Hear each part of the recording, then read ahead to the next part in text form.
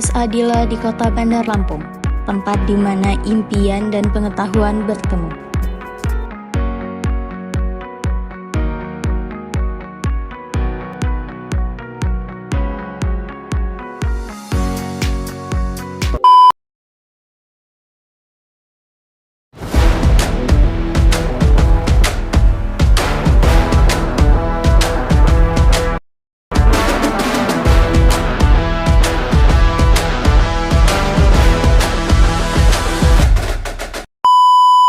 A few moments later.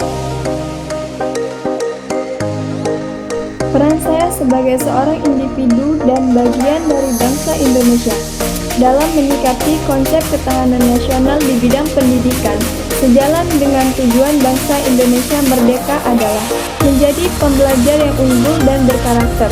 Saya berusaha untuk terus mengembangkan diri melalui pendidikan, baik formal maupun informal, untuk menjadi sumber daya manusia yang berkualitas dan memiliki daya saing. Selain itu, saya berupaya menanamkan nilai-nilai Pancasila, budi pekerti luhur, dan cinta tanah air dalam diri. Hal ini berkontribusi pada ketahanan ideologi dan karakter bangsa. Yang kedua, berpartisipasi aktif dalam pendidikan. Saya berupaya untuk terlibat aktif dalam proses pendidikan, baik sebagai peserta didik maupun sebagai bagian dari masyarakat yang peduli terhadap pendidikan. Ini bisa berupa mengikuti kegiatan belajar dengan sungguh-sungguh, berdiskusi, memberikan masukan yang kondusif atau bahkan terlibat dalam kegiatan sukarelawan yang mendukung pendidikan di lingkungan sekitar. Sebagai seorang yang tinggal di Provinsi Lampung, pemahaman saya tentang wawasan Nusantara dalam konteks daerah ini adalah Lampung sebagai salah satu provinsi di ujung selatan Pulau Sumatera memiliki keunikan dan kekayaan yang mencerminkan prinsip-prinsip wawasan Nusantara. Secara geografis, Lampung memiliki wilayah pesisir yang panjang, dataran rendah dan pegunungan, serta beragam sumber daya alam seperti pertanian, perkebunan, dan potensi maritim. Dari sudut pandang, persatuan dan kesatuan wilayah Lampung merupakan bagian internal dari Negara Kesatuan Republik Indonesia. Dari seluruh Indonesia yang datang dan berinteraksi, kehidupan sosial budaya di Lampung mencerminkan prinsip Bhinneka Tunggal Ika di mana berbagai kelompok etis hidup berdampingan, saling menghormati, dan berinteraksi dalam berbagai aspek kehidupan. Tradisi lokal seperti Singgah Pengunten, tari Singgah Pengunten, dan kain tapis menjadi bagian dari kekayaan budaya nasional. Wanita dan anak dalam Undang-Undang Republik Indonesia tentang Hak Asasi Manusia.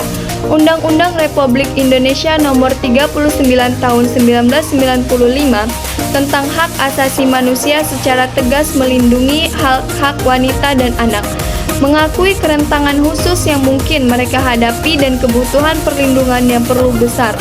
Beberapa poin penting mengenai hak-hak wanita dan anak dalam UU HAM adalah hak-hak wanita pasal 45 menegaskan bahwa wanita mempunyai hak yang sama dan kewajiban yang sama dengan pria di bidang politik, ekonomi, sosial, budaya, dan sipil.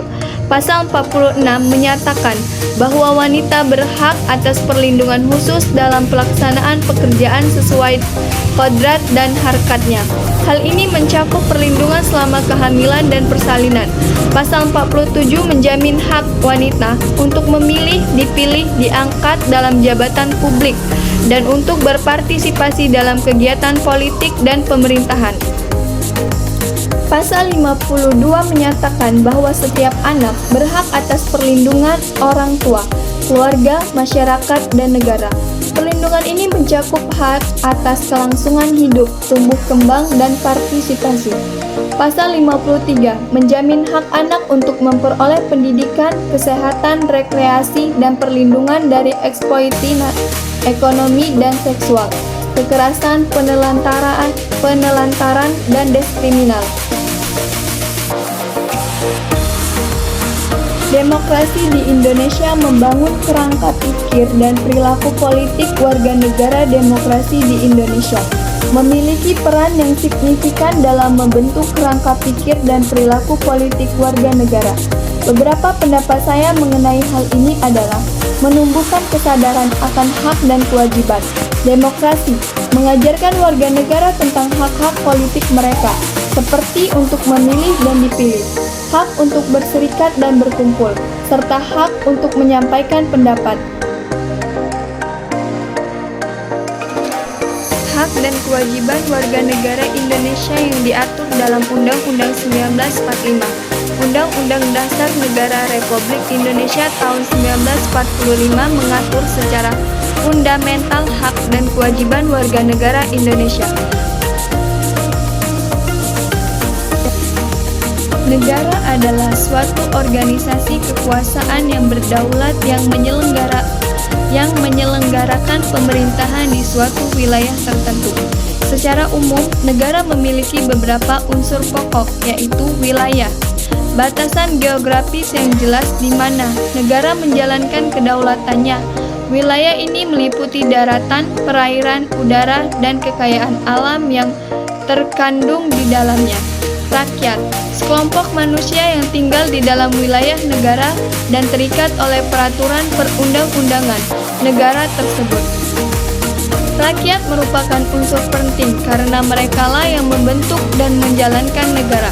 Pemerintahan yang berdaulat, kekuasaan tertinggi untuk mengatur dan menjalankan negara secara efektif dan tidak tunduk pada kekuasaan negara lain. Tujuan bangsa Indonesia merdeka dalam pembukaan Undang-Undang 1945. Pembukaan Undang-Undang Dasar Negara Republik Indonesia tahun 1945 secara jelas menyebutkan tujuan bangsa Indonesia merdeka. Tujuan-tujuan tersebut tertuang dalam alinea keempat pembukaan UUD 1945, yaitu melindungi segenap bangsa Indonesia dan seluruh tumpah darah Indonesia. Tujuan ini menekankan pentingnya peran negara dalam memberikan perlindungan kepada seluruh warga negara dan wilayahnya dari segala bentuk ancaman dan gangguan, baik dari dalam maupun luar. Bhinneka Tunggal Ika yang tertulis pada lambang negara Garuda Pancasila memiliki makna yang sangat mendalam bagi bangsa Indonesia. Pemahaman saya tentang arti, walaupun berbeda-beda tetapi tetap satu tujuan adalah pengakuan dan penghargaan atas keberagaman. Dan arti dari Bhinneka secara harfiah berarti beraneka ragam atau berbeda-beda. Ini mencerminkan realita bangsa Indonesia yang terdiri dari ribuan pulau, ratusan suku bangsa dengan bahasa dan adat istiadat yang berbeda, beragam agama dan kepercayaan, serta berbagai latar belakang sosial dan budaya. Semboyan ini mengakui dan menghargai keberagaman sebagai kekayaan bangsa, bukan sebagai sumber perpecahan. Sebagai mahasiswa, saya memiliki peran dan tanggung jawab yang unik sebagai warga negara. Tuntunan untuk menjadi cerdas, kritis, dan aktif warga negara sangat penting karena beberapa alasan. Cerdas sebagai sumber daya intelektual. Mahasiswa adalah kelompok masyarakat yang sedang menempuh pendidikan tinggi, yang seharusnya menghasilkan sumber daya intelektual bangsa. Kecerdasan yang dimiliki mahasiswa memungkinkan mereka untuk memahami isu-isu kompleks yang dihadapi bangsa, menganalisis berbagai permasalahan secara mendalam dan menawarkan solusi yang inovatif dan berbasis ilmu pengetahuan. Kritis sebagai kontrol sosial. Kritis sebagai kontrol sosial. Sikap kritis memungkinkan mahasiswa untuk tidak menerima informasi secara mentah-mentah, melainkan melakukan analisis, evaluasi, dan mempertanyakan kebijakan atau praktik yang dianggap tidak sesuai dengan nilai-nilai keadilan, kebenaran, dan kepentingan masyarakat. Mahasiswa memiliki peran sebagai agent of change dan social control, mengawasi jalannya pemerintahan dan memperjuangkan kepentingan rakyat. Masyarakat madani ditandai dengan adanya organisasi non-pemerintah, lembaga swadaya masyarakat, kelompok-kelompok berbasis komunitas, keagamaan, serikat pekerja, kelompok studi, dan berbagai bentuk sosial. Keberadaan dan perkembangan masyarakat madani memiliki pengaruh yang signifikan terhadap perkembangan dan pertumbuhan budaya bangsa, antara lain pelestarian dan pengembangan keberagaman budaya. Organisasi masyarakat sipil seringkali berperan aktif dalam melestarikan dan mengembangkan berbagai ekspresi budaya lokal, tradisi dan seni untuk yang mungkin kurang mendapat perhatian dari negara atau pasar. Mereka dapat mengorganisir festival budaya, workshop seni, dokumentasi tradisi lisan, dan upaya pelestarian warisan budaya. Promosi nilai-nilai toleransi dan inklusivitas. Masyarakat madani dapat menjadi wadah bagi interaksi dan dialog antar berbagai kelompok budaya, etnis, dan agama. Melalui kegiatan bersama, mereka dapat membangun pemahaman yang lebih baik, mengurangi prasangka, dan mempromosikan nilai-nilai toleransi, saling menghormati, dan inklusivitas dalam kehidupan berbangsa.